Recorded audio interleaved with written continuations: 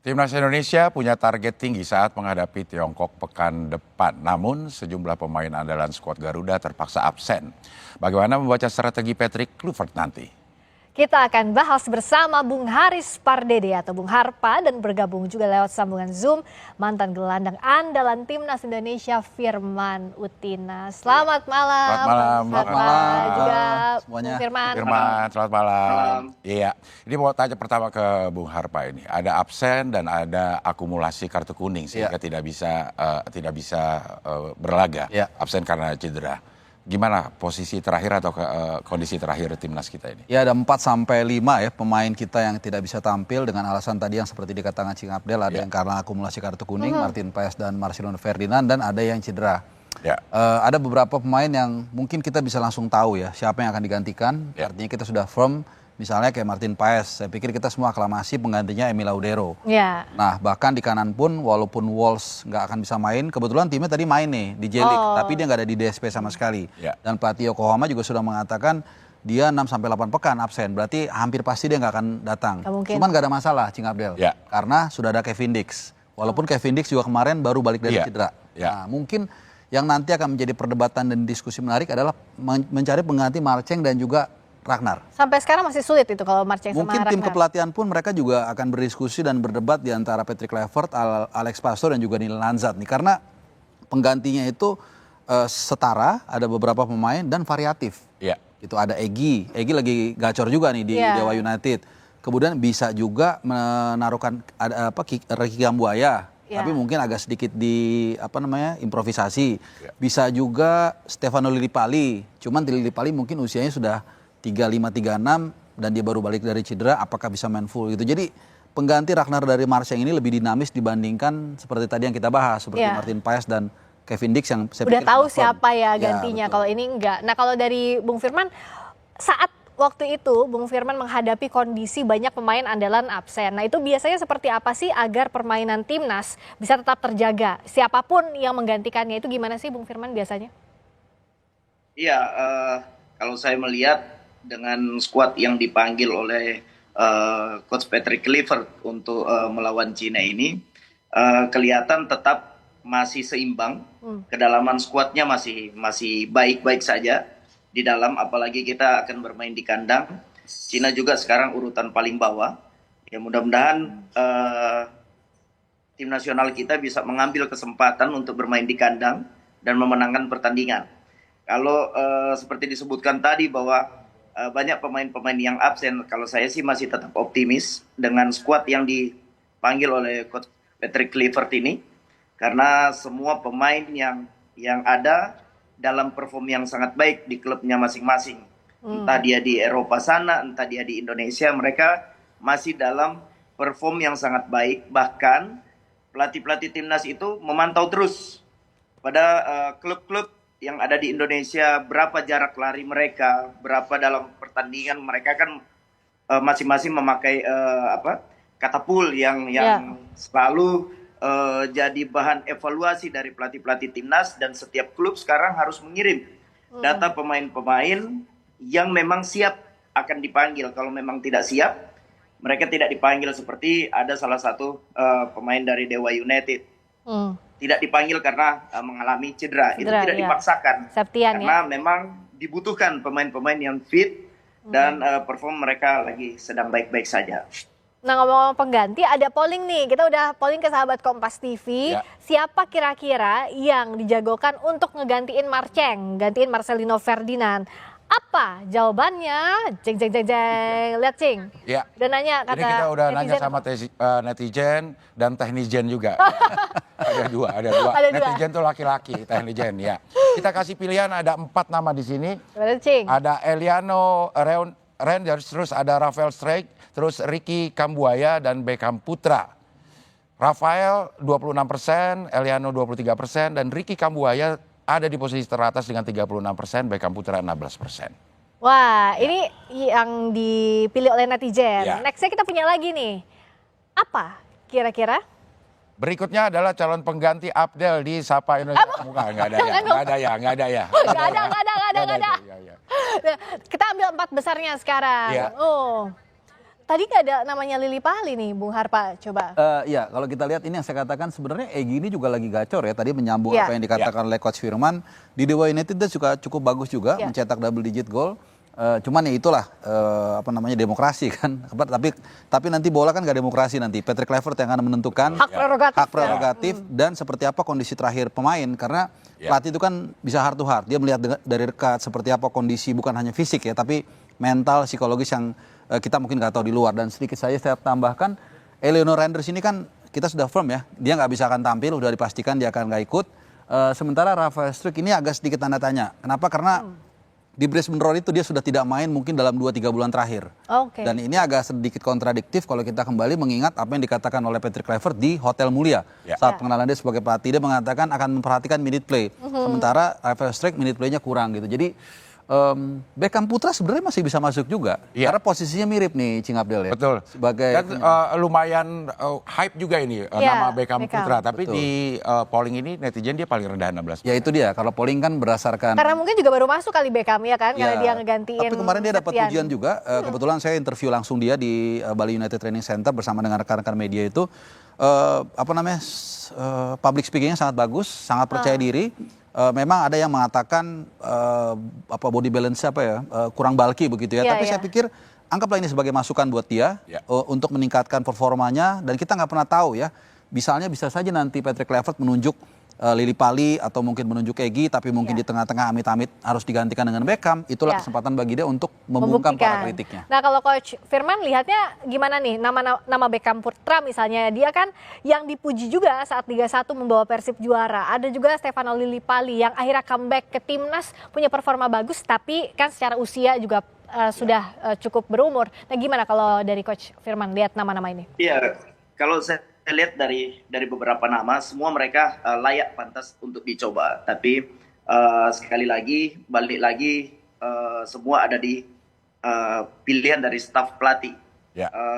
Kalau saya pribadi melihat bahwa Lily Pali masih bisa juga jadi pengganti dari Marcelino nanti. Dan saya lebih melihat Kambuaya lebih banyak bermain di tengah kedalaman.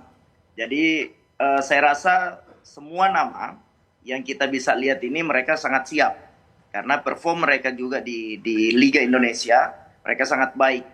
Ada beberapa pemain, ada beberapa pertandingan yang mereka lalui sangat luar biasa. Jadi saya rasa mereka sangat siap, dan pemain yang ada di sana siap dicoba. Ya, Bung Harpa, kalau kita lihat speknya kalau di game nih semua sebenarnya udah mentok kanan lah.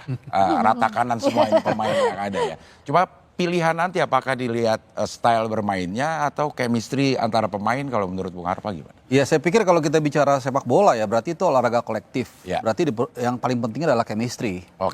Seperti yang dikatakan oleh Coach Firman, memang pemain-pemain ini dipanggil pasti yang paling siap, yang paling bagus. Nah, tapi ketika memilih 11 pemain dan 23 DSP nanti, pasti dipilih yang paling siap secara fisik, secara mental, dan tadi yang Cing Abdel bridging tadi, soal chemistry. Nah, ini akan dilihat latihan. Kan pada saat latihan. TC itu kan udah berlangsung dari tanggal 26, walaupun nggak semua bergabung. Jaitses itu kalau nggak salah hari kedua baru bergabung atau hari ketiga saya lupa.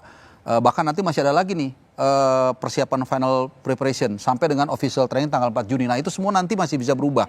Tapi saya pikir 70-80% ya seperti di belakang misalnya trio Jaitses, Justin Hapner sama Rido kalau kita sepakat. Bentengnya kita itu Bentengnya kita, kiri Verdong dan kanan Dix, dan kebetulan semuanya kapten di klub nih, Cing Abdel. Ini kelihatannya nggak akan berubah. Joe Pelupesi, Tom Haya juga kelihatannya kalau nggak ada apa-apa nggak akan berubah. Oleh Romney. Nah, tinggal 2 orang ini nih yang mungkin nanti akan Oleh di situ ya. Makanya tadi dari perdebatan kita juga kan kelihatannya nggak bulat ya. Dari pooling juga sama rata 20% begitu. Ya, kalau dilihat cari chemistry mungkin bisa nggak dilihat dari video yang kemarin timnas tuh joget-joget. Yang paling asik jogetnya ya. Chemistry udah oke ya. Kalau yang paling asik kayaknya Marcelino Ferdinand ya. Paling pede banget. Paling pede, lagunya suaranya juga paling bagus ya. Nah, kalau Coach Firman lihat sekarang komposisinya kan sebenarnya sudah ideal ya. Apalagi kita terakhir lawan Bahrain, bahkan Ketum Erick Thohir juga bilang bahwa ya ini sudah komposisinya ideal. Nah, itu gimana untuk menambal kekurangan-kekurangan kita sekarang lawan Tiongkok yang kita sudah tahu performanya seperti apa waktu kita kalah lawan Tiongkok? Iya, jadi ya kalau bagi saya ya hari makin dekat ini pelatih-pelatih banyak berbincang tentang style of play yang akan dia mainkan nanti. Dengan skuad yang datang, skuad yang ada sekarang, formasi apa yang baik untuk nanti melawan Cina. Saya rasa bahwa kerja keras yang dilakukan oleh tim analisis dari staf kepelatihannya Patrick Kluivert ini harus kerja ekstra. Karena secara kolektivitas tim dari Cina ini sangat berbahaya di counter attack yang terjadi di kita main di kandangnya mereka, dan cara mengantisipasinya seperti apa. Nah, style of play yang menentukan dari tim squad yang ada sekarang. Kalau saya lihat pemain-pemain yang ada sekarang ini, melihat dari squad yang ada, mereka akan bermain di 4-3-3. Kalau saya nggak tahu ya, kalau saya lihat pemain-pemain squad yang ada sekarang, saya nggak tahu nanti lawan Cina seperti apa. Tapi menarik, kita tunggu karena dari Cina akan memainkan 4-4-2 dengan langsung menyerang di GBK nanti, kita juga nggak tahu. Iya, kalau Bung Arfa sendiri lebih pilih mana kira-kira formasinya? Ya, ada satu fakta yang menarik nih. Dalam 8 laga terakhir di luar Jepang, itu setiap kita unggul ball possession itu kita kalah. Masuk sama Tiongkok kemarin. Ya, waktu di Qingdao itu kan kita sekitar 60% kalau saya nggak salah. Cukup jauh kan waktu Cukup itu jauh, dan kita dihajar dengan counter attack, ya kan, terutama yang kedua. Kalau yang pertama memang ada blunder dari Sen Patinama ya. Lawan Australia lebih ganas lagi 70%, tapi kita kalah 5-1. Gitu. Tapi sisanya setiap kita less domination itu kita malah at least kita dapat poin, Cing Abdel dan juga Mbak Friska. Jadi paling nggak seri gitu ya. Paling nggak seri lawan Australia, lawan Saudi di Jeddah, lawan Bahrain di Bahrain, kita selalu dapat poin kalau kita ball position minim. Dengan Bahrain terakhir pun kita sekitar 40%. Artinya kalau kita lihat dari data dan statistik ini, tim ini memang dibentuk bukan untuk dominasi. Nah, menghadapi China ini menarik. China ini mungkin nanti akan menunggu juga. Nah, kita menunggu juga. Tunggu-tunggu di dekat gawang aja masing-masing. Kasih aja terus kasih. Sampai dia tuh udah 60% nih. Nah, ini yang menarik mungkin. Tapi gini, kalau kayak saya lihat Alex Pastur ya, gayanya dalam beberapa tahun terakhir, terutama waktu dia Almer City, tim yang dia bawa untuk pertama kalinya promosi ke Eredivisie dan dia buat bertahan, ini tim kecil dan akhirnya degradasi juga setelah dia lewat. Itu dia bermain sangat-sangat pragmatis. Jadi sangat pragmatis. Jadi saya melihat lawan China kita harusnya bermain pragmatis, menunggu counter attack. Karena tim ini sudah dibangun seperti itu. Masalahnya tadi seperti saya katakan tadi, apakah China juga mau main terbuka? Karena mereka tahu kita secara materi, kalau kita sepakat, materi kita lebih bagus daripada China. Tapi kan dalam sepak bola bukan hanya materi, tapi kekompakan dan chemistry dan memanfaatkan momentum, itu yang kadang-kadang juga bisa menentukan. So formasinya kalau lawan China, Tiongkok bisa berubah? Saya rasa nggak akan berubah ya, karena dari mulai zaman Sintayong sampai dengan Patrick Kluivert, selalu kita memakai 3 back. Jadi nggak tahu ya, bisa saja tiba-tiba Patrick Kluivert melakukan perubahan, tapi rasa-rasanya saya mengusung satu filosofi, don't change your main gun in the middle of the war. Jadi jangan coba-coba sesuatu yang baru di tengah-tengah pertempuran yang mungkin pemain ini nggak siap dengan formasi yang gaya baru. Belajarnya dari waktu lawan Australia. Tapi Australia lebih kepada gaya main ya. Tapi formasi dari 3 back, tiba-tiba mungkin dia disuruh pakai 4 back, mungkin mereka agak kagok ya, menurut saya gitu. Jadi formasi berapa yang menurut? Saya pikir 3 back dengan 2 full back, 3 CB, 2 full back, kemudian di tengah Tom Hai dan Joe Pelopesi. Nah, Ole sebagai target man akan didukung 2 attacking midfielder di kanan dan kiri. Nah, jadi kalau berapa tuh? 3-4-3 kurang lebih. 3-4-3. Coach Firman juga lihat itu ideal 3-4-3. 3-4-3 kan sudah dijalankan pelatih sebelumnya, dan sekarang itu jadi rule mode dari beberapa tim yang ada di Indonesia. Kalau saya lihat pemain-pemain yang ada sekarang, mereka bermain komposisi formasi apapun, saya rasa mereka udah sangat paham, karena rata-rata pemain yang ada sekarang tuh mereka sudah banyak bermain di Eropa sana. Bahkan Indonesia pun dengan sangat baiknya tim nasional bermain dengan formasi 3-4-3 atau 5-3-2, bahkan pada saat defense sangat luar biasa. Jadi saya rasa tim yang ada sekarang tergantung bagaimana melihat skuad Cina akan memainkan berapa formasi di dalam pertandingan gitu, dan mengantisipasi. Maka itu saya katakan tadi bahwa tim analis dari tim nasional kita ini harus bekerja keras. Karena apa? Karena Cina banyak memainkan dengan counter attack, sedangkan kita kalah karena dengan counter attack itu. Mengantisipasinya seperti apa? Kalau kita mau main 5 pun itu jadinya bertahan, sedangkan kita harus memenangkan pertandingan, apalagi bermain di kandang. Ini yang kita sangat tunggu-tunggu, bahwa apa yang akan dimainkan atau style of play apa yang akan dimainkan oleh Coach Patrick Kluivert nanti. Kita harapkan apapun itu yang terbaik yang dipilih oleh Patrick Kluivert nanti ya. Optimistis lah. Harus optimis, apapun formasinya yang penting menang. Nah, yang penting menang ya, dan kita bisa kok menang. Terima kasih banyak ya Bung Harpa. Sama-sama. Sampai di sini, terima kasih.